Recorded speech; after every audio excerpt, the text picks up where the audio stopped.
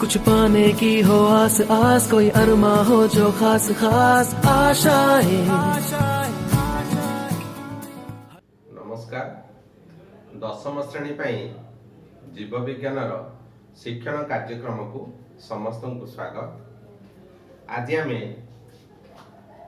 प्राणीर अलिंगी जनन विषय रे जानिबा। अलिंगी जनन साधारणतः दुईटी उपाय होता है, यथा विभाजन एवं करकोद्गम। ये विभाजन प्रणाली पुणी दुईटी उपाय होता है, यथा द्विविभाजन और बहु विभाजन। सेहीपरि करकोद्गम दुईटी उपाय हुए, यथा बाह्य करकोद्गम एवं अंतकरकोद्गम। बाह्य करकोद्गम साधारणतः हाइड्रा देखा जाए एवं अंतकरकोद्गम साधारणतः स्पंज परि प्राणी मानकटारे देखा देइथाए। तो प्रथमे आमे एमिबार द्विविभाजन प्रणाली विषय रे जानिबा। साधारणतः एमिबा, पारामेसियम, यूग्लिना आदि एककोशी प्राणी माने द्विविभाजन प्रक्रिया रे वंशवृद्धि करिथांती। प्रथमे आमे एमिबार द्विविभाजन प्रक्रिया विषय जानिबा। आपण माने जानिछंती एमिबा होची गोटे एककोशी प्राणी एवं यह प्रोटोजोआ श्रेणी रो आदि प्राणी। एमाने कूटपात सहाय्य रे चलन करंती बा खाद्य संग्रह करिथांती। अनुकूल परिवेश रे एमिबा विभाजन पद्धति रे वंशवृद्धि करिथाय। प्रचुर खाद्य खाई जेतेबेले एमिबा बय प्राप्त हुए एवं ता शरीर यथेष्ट वृद्धि घटी थाए, सेतेबेले एमिबा विभाजन प्रक्रिया रे वंशवृद्धि करने को इच्छा प्रकाश करिथाए। तो सेतेबेले कौन हुए ना प्राथमिक अवस्था रे एमिबार जो कूटपाद ताहा से प्रत्याहार करे एवं एमिबाटी प्राय गोलाकार देखा जाए। एमिबा भितर थिबा न्यष्टि बा न्यूक्लियस एपरि दुई भाग रे विभक्त हेबाको आरंभ करे। तापरे एमिबा रो जो कोषझिल्ली ता संकुचित होई शेष में गोटे एमिबारु दुईटी एमिबा सृष्टि होता है।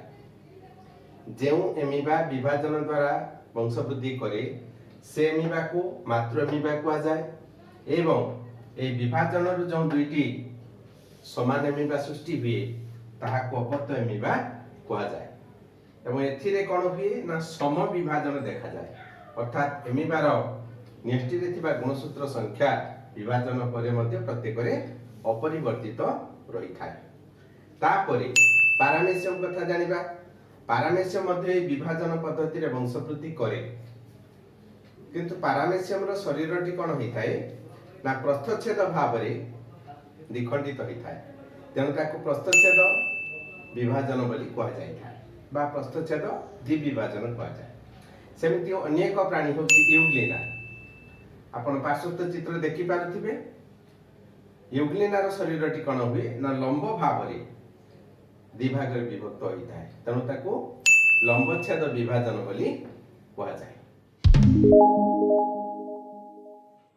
एमिबार बहु विभाजन प्रक्रिया साधारणतः प्रतिकूल परिवेश रे, अर्थात जेतेबेले जलाशयर जल सुखी जाए, अत्यंत खरा होता है किंबा शीत दिन समय रे एमिबा सुरक्षित रहिबा पाई कूटपाद प्रत्याहार करे एवं से ता शरीर चारिपटरे 3 स्तर विशिष्ट एक शक्त आवरण गठन करी ताहा मध्यरे सुरक्षित रहे।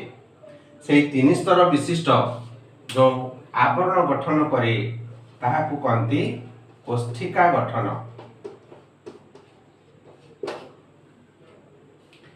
एमिबार न्यष्टि बा न्यूक्लियस सही समय रे बहु भाग रे विभाजित हेबाकु लागे एवं जेतेबेले से कोष्ठिका भितर रहे सेतेबेले तार चयापचय प्रक्रिया ह्रास पाए। तेणु एमिबा से समय रे कोन करूची ना बहु विभाजन प्रक्रिया रे तार संख्या बढ़िबा पई लागि जाए। ता शरीर भितर थिबा न्यष्टि बहु भाग रे विभक्त हुए एवं प्रत्येक विभाजित अंश रे न्यष्टिर किछि अंश रहे एवं ता सहित किछि कोष जीवक रहे। ता उपरे एक आवरण गठित हो जाए। एहीपरि भाव प्राय 500 रु 600 संख्यक छोट छोट कोशिका गठन होता है। से प्रत्येक क्षुद्र अंश को बा क्षुद्र एमिबा को एमिबुला बा कुनी एमिबा कहा जाए। जेतेले अनुकूल परिवेश आसे अर्थात वर्षा ऋतु आसे, खरा ऋतु पर वर्षा ऋतु आसे, सेते बेले कोन हुए ना से जो पौष्टिक आवरण ता मिले जाए एवं कोष झिल्ली फाटी जाए। ता भीतर कुनी एमिबा माने बाहर को बाहरी आसंती। मन रखिए यही समय कौन हुए जो कुनी एमिबा बाहर को आसे जलीय परिवेश को आसिला परे ता शरीर में पुणी कूटपात जात हुए सी परिवेश रु खाद्य संग्रह करने को सक्षम होता है। एमिबा हूँ गोटे मधुर जल प्राणी, साधारणतः मैंने मधुर जल में बास करती। तेणु यही प्रक्रिया गोटे एमिबा थर के 500 रु 600 पर्यंत नुआ एमिबा सृष्टि हो पाए। यही विभाजन प्रक्रिया को बहु विभाजन प्रक्रिया कहा जाए किंबा एमिबार या स्पोरुलेशन कहा जाए। आपण मैंने जानिथिबे जे संक्रमित मलेरिया मशा जेते हमको कामुड़े सेते आम देह को भीतर को मलेरिया पैरासाइट बा प्लाज्मोडियम प्रवेश करिथाय। से प्लाज्मोडियम मध्य बहु विभाजन प्रक्रिया वंशवृद्धि करी मलेरिया पैरासाइट संख्या आम शरीर में वृद्धि करिथाय एवं ताहा आम रक्तर जो रक्त कोशिका को संक्रमित करे एवं आम मलेरिया रे पीड़ित होइथा। तो साधारण भाव में मन रखिबा आमे प्रतिकूल परिस्थिति रे एकोकोशी प्राणी माने बहु विभाजन प्रक्रिया रे वंशवृद्धि करिथांती। करकोद्गम प्रणाली रे मध्य निम्न श्रेणीर प्राणी माने अलिंगी जनन संपादन करिथांती। साधारणतः हाइड्रा करकोद्गम प्रणाली रे वंशवृद्धि करे एवं हाइड्रा ठारे जो करकोद्गम देखा जाए ता साधारणतः बाह्य करकोद्गम। हाइड्रा जेतेबेले वयस्क हो जाए एवं खाई पी परिपुष्ट हो जाए सेतेबेले हाइड्रा शरीरर मध्य भाग रे किछि कोष संगठित होई गोटे आबु परि अंश सृष्टि करंती। से आबु को कहा जाए कोरक बा बट। ताहा धीरे धीरे वृद्धि पाई एक कुनी हाइड्रा परि देखा जाए जहार तारका चिन्हित मुह एवं मुखर चारिपटरे आकर्षी सृष्टि हुए। जमती मात्र एमिबार सब कर्षिका रही थाए ठीक सेमती यार मध्य कर्षिका सृष्टि होता है। से कर्षिका साहाय्य से माने शिकार करती।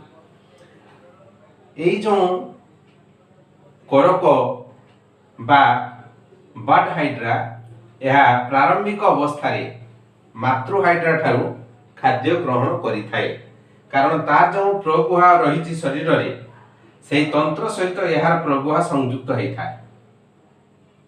तेणु सी जो खाद्य ग्रहण करे ये कुनी हाइड्रा ताठार से खाद्य ग्रहण करिथाए। धीरे धीरे धीरे धीरे सही कलिका बा बट आकार वृद्धि पाए एवं सी जलज परिवेश रु खाद्य संग्रह करने बा शिकार करने जिते सक्षम हो जाए सेतेबेले तार ये मूल अंशटा धीरे धीरे संकुचित हो जाए। संकुचित हेले अपत्य हाइड्रा मातृ शरीर रु अलग हो जाए एवं ता कौन से आधार देह रे लागी रहे बा सी स्वाधीन भाव में जल में विचरण करे सेतेबेले सी निजर कर्षिका साहाय्य रे शिकार करी चली पारे।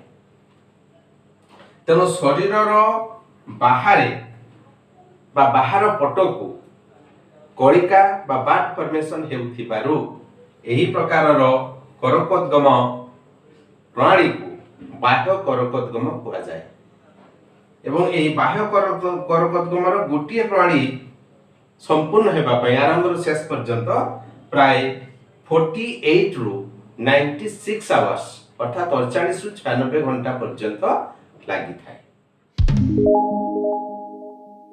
तापरे केतेक प्राणी अछंती जेउ माने अंत करकोद्गम प्रणाली रे वंशवृद्धि करिथांती। साधारणतः स्पंज होची एक सामुद्रिक प्राणी जे प्रतिकूल परिवेश रे बा प्रतिकूल परिस्थिति रे एई अंतकरकदगम प्राणी रे वंशवृद्धि करिथाय।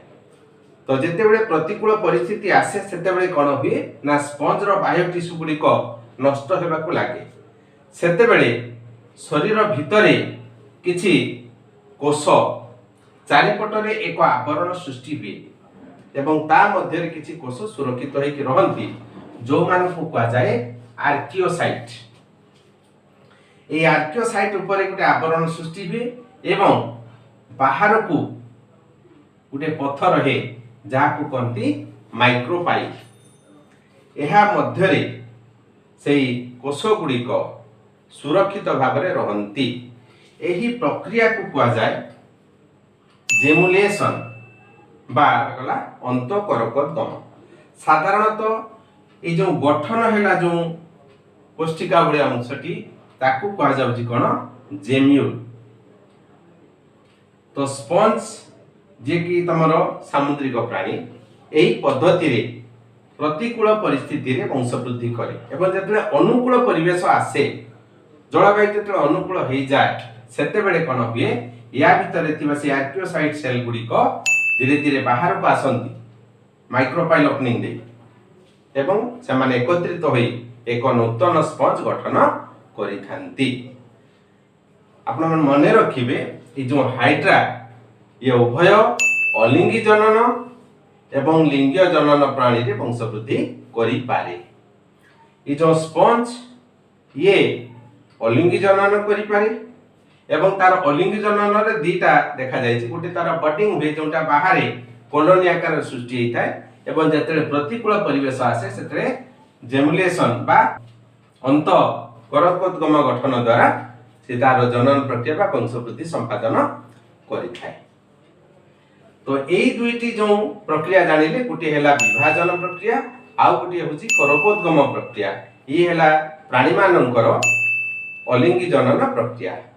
तो आमे एतिके मने रखिबा जे केतेक प्राणी अछंती जो माने केवल अलिंगी जनन पद्धति रे वंशवृद्धि करंती, केतेक अछंती जो माने लिंगीय जनन प्राणी रे वंशवृद्धि करंती, आउ केतेक प्राणी अछंती जो माने उभय अलिंगी जनन एवं लिंगीय जनन दुईटी प्रक्रिया रे वंशवृद्धि करिथांती। या व्यतीत आउ गोटे स्वतंत्र प्रक्रिया अछि जहा को पुनरुद्भवन कहा जाय। यह कोनोसी जनन प्रक्रिया नहीं। ये जो हाइड्रा बा स्टारफिश बा सेही बडी केतेक प्राणी अछंती जो मानक शरीर रे एक स्वतंत्र धरणर कोष थाए जोटा को सर्वप्रसु कोष बोली कहंती। जदि हाइड्रा शरीर रो कोनोसी अंग छिंडी गला बा कटि गला ताले से छिंडी जाइतिबा अंश बा भांगी जाइतिबा अंशटी एक संपूर्ण हाइड्रा रे परिणत होई पारे। तो ये जो सर्वप्रसु कोष कथा कहा गला सेही माने कोन करंती ता शरीर को संपूर्ण हेबारे बा गठन हेबारे सहाय्य करिथांती। पार्श्वस्थ चित्र रे लक्ष्य करंतु स्टारफिश मध्य सेमिति स्टारफिश रे किछि अंश जदि कटि गला ताहार ताल से कटा अंशटी गुटे नुआ स्टारफिश रे परिणत हेई पारे। आमे हाइड्रा को जदि खंड खंड करी काटी दबा ताले प्रत्येक खंड एक नूतन हाइड्रा रूप रे वृद्धि पाई पुणी स्वाधीन भाव में विचरण करि पारे। ये हला पुनरुद्भवन। याकू प्राणी मानकर पुनरुद्भवन प्रक्रिया कहा जाय छै।